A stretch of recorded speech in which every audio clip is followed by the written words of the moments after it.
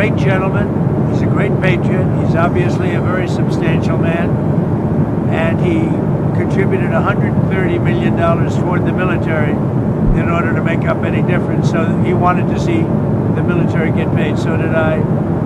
And he's a wonderful man, and he doesn't want publicity. He doesn't, he'd prefer, I think, that his name not be mentioned, which is pretty unusual in the world I come from.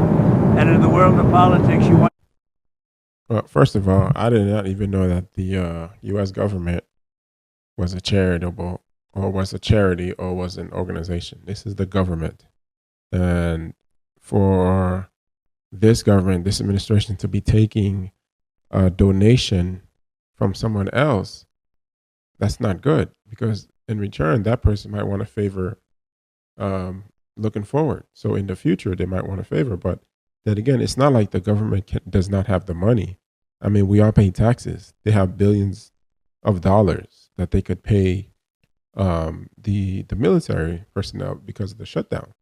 So this was not, this is kind of irresponsible, but this is not a, it didn't have to do it. It didn't have to do it, So, and the truth is, we don't even know if it's telling the truth, right? So this administration has, they're not always truthful about their dealings with the public, but it's very troubling for us to be in this situation.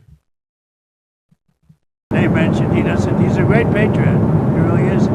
He put up $130 million in order to make sure that's a lot of money, in order to make sure that the military got paid.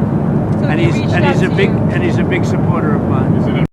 Can I ask you, speaking of the government shutdown, though, because one part of this that hits really hard is that the military doesn't get paid during the government shutdown. And the Pentagon confirmed today that they got a $130 million donation that they plan to use. It is from an anonymous friend of the president's, as he described it yesterday. He didn't say who this person was. And this is to pay members of the military as the shutdown is going to go on. And we had questions about the donor's identity and if they have ties to foreign entities or interests. A White House spokesperson referred us to the Pentagon. And first of all, there's no way you're going to know who that anonymous donor is, if one even exists, right? Like I said before, $130 million is pennies in the bucket compared to what the government has. So they really didn't have to accept anything from outside sources. So it's troubling, and we'll look at this response, this individual here. The Pentagon then referred us back to the White House. The Treasury did not respond immediately when we asked for comment. As been there, by the way, but yes, yeah. And what is your what are your questions about that?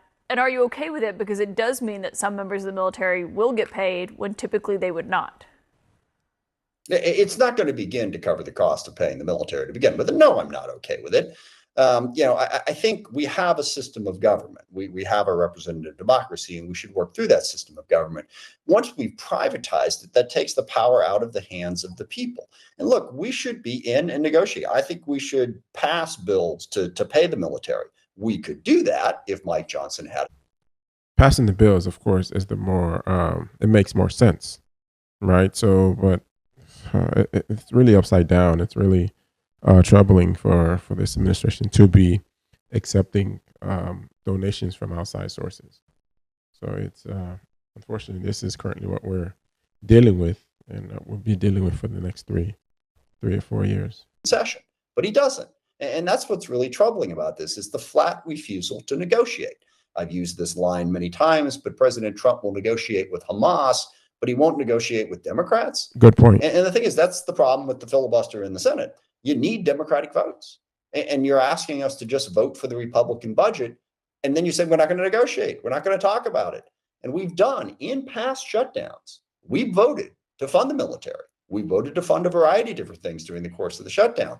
We ought to be in session, working, doing our job, and trying to find a way out of this and to mitigate the damage in the meantime. week, 50 to 43% Americans blame congressional Republicans more.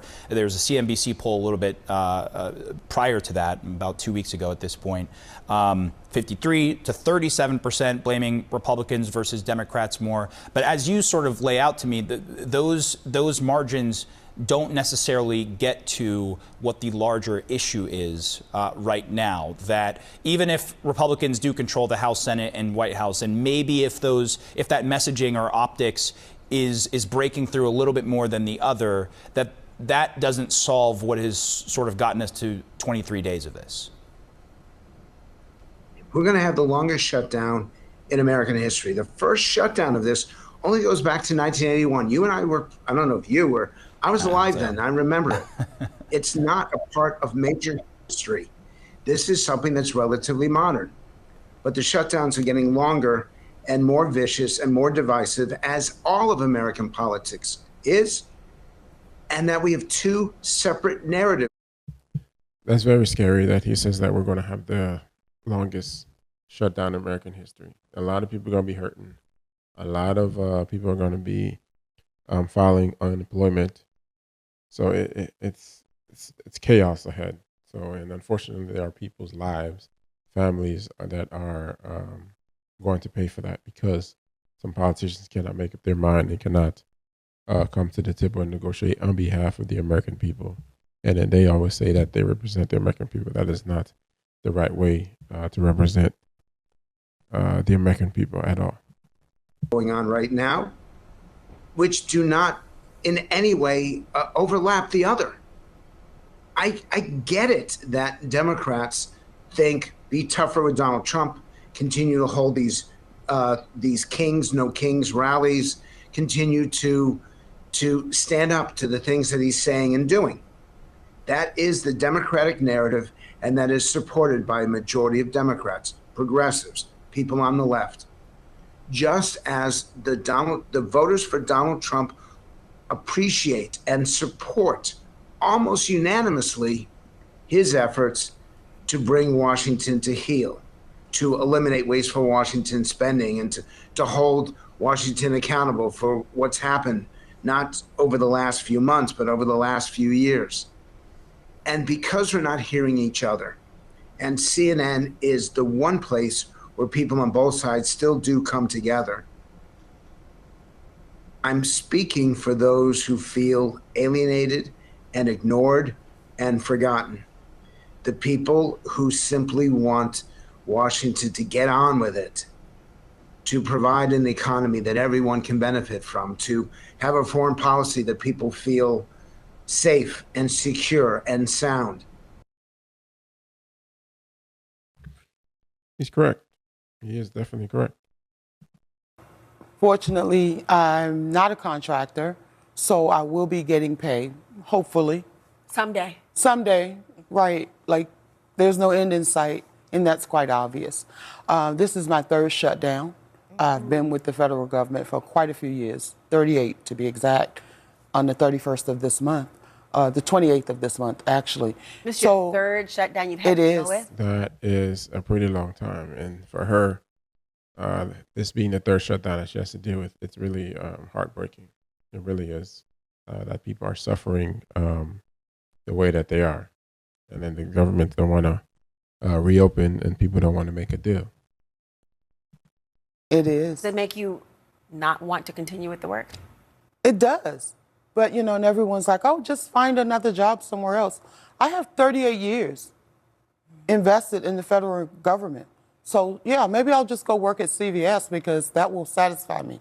Absolutely not. But talk to me about, people don't know what that means to have 38 years invested. That means retirement is on your horizon. Absolutely. Which would mean that you'd be able. You know, that's what I was thinking. I mean, 38 years, you should have been retired at least more than 8 years ago, right? So for her to be in this situation now, it's hurting, you know? So, and unfortunately, there's no there's no negotiations in sight. So that's pretty weird. Be set up really well and based on what you have done. Absolutely. In like 4 years, you know, I could be out of here. You know, I'm 55. Wow. So at 59, I could be retired. But, you know, I'm holding on and I'm hoping and I'm praying. But like she said, there are bills that are due. House note, rent, water, gas, electric. I have an 18-year-old daughter who just started Morgan State in August. Wow. I have a tuition. Right. You know, like, what do I pay first? Right. You know, so everyone's asking me, how are you? Is anything I can do? Pray unless you have cash. But, oh, I say that in jest, I do, but it's reality. It's reality. So this month, yeah, we're fine. My husband, thank God, he is no longer in federal government. So that's good. So we have that one paycheck in. Yeah. There's a split screen, of course, that, I mean, things are getting done in the government. There are buildings being torn down and rebuilt. There are split screens of things happening. When you see what's happening on Capitol Hill, how does that make you feel? It's frustrating because we've been told all sorts of things like, oh, there's going to be progress and then there's not. So it can be frustrating because this is all out of your control. Who is telling you this? Well, just me seeing on the news and seeing like, you know, news reports on, oh, there might be some progress this week or something. Because they're not communicating with you directly, your employers at all. You're just being able to hear it on the news. Right, right. So it's a bit frustrating, you know. That's a shame that no sides are communicating. I think these stories need to be put out, make them public, so mainly the Republican Party can feel obligated, or they can feel the pressure that, hey, there's people hurting here. What you guys are doing, it's going to cost a lot of lives. So putting it on TV, putting it on the news networks, it helps with their case. Absolutely does. Having to deal with something that's not in your control. You know, we can only do so much as constituents, but it's up to Congress at the end of the day to do whatever negotiations that they have to in order to end the shutdown. So it's really kind of like in their hands. It's about health care. It's about health care they're talking about. Yep. When you hear this discussion, and obviously health care is extremely important, full stop. When you hear about what is the hurdle, what do you think? I mean, I look at healthcare and I look at it as a necessity. So I would think that that would be something that we would all want to have, especially for the population who can't fight for themselves, the children or the disabled, that we would want to fight for them and make sure that they have healthcare. So we understand the fight. We just want there to be compromise so that we are able to go back to work and we're not affected by this, the fact that they're not communicating.